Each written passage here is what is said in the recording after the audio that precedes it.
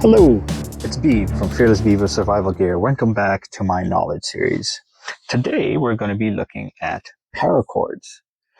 It sounds interesting, right? When I first heard of a paracord, I thought para-shoot, para-military. What is the origin of paracords and what is this all about? Why is it even called that? And certainly this item that you're looking at comes from a background where professionals use it, whether it be military, mountain climbers, and so on.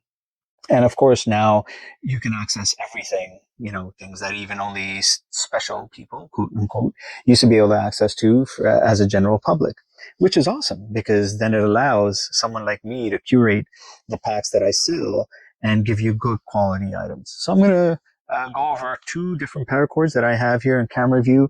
And again, quickly just go over, a couple of the applications. If you want to do a more deep dive, there are some amazing people on YouTube and other sources that can really get down to it and show you reviews and hands-on how it's used. My videos aren't for that. They're just to give you a basic understanding, because when people buy my packs, a lot of my customers may not know what these things are for. I want them to be able to come to my YouTube channel, just look this up by a search keyword, and away they go and go, aha, that's what it's for. All right. So one of my previous videos, I mentioned how you can use a rope string paracord to tie things down. So you could use this with the tarp and tie that down so you have a tent of sorts. You could use it to tie around a wound with a splint, right? There's many different applications. First, I'll go with this basic paracord. So this one is very basic, right? Both of these are included in my hiking pack, by the way. This one, it has numerous strands. I think it has probably 120 pound PSI rating. So, it can hold up a lot. Something as simple as you've got some food, you want to throw this over a tree branch that's high up and then suspend it so, a bear doesn't come and try to mess with you or the food.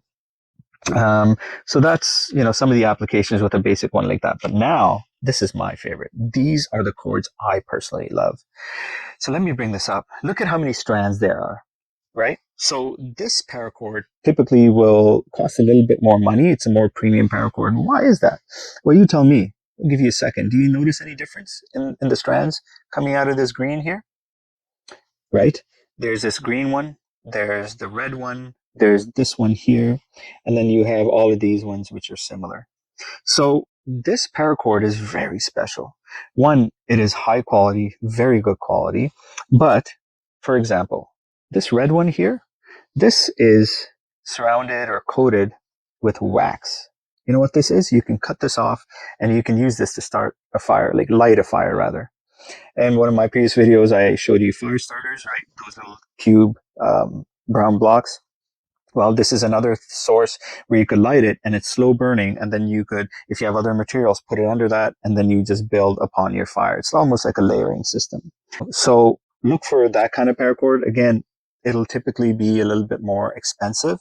However, what is the cost of being prepared to keep yourself and or your loved ones safe?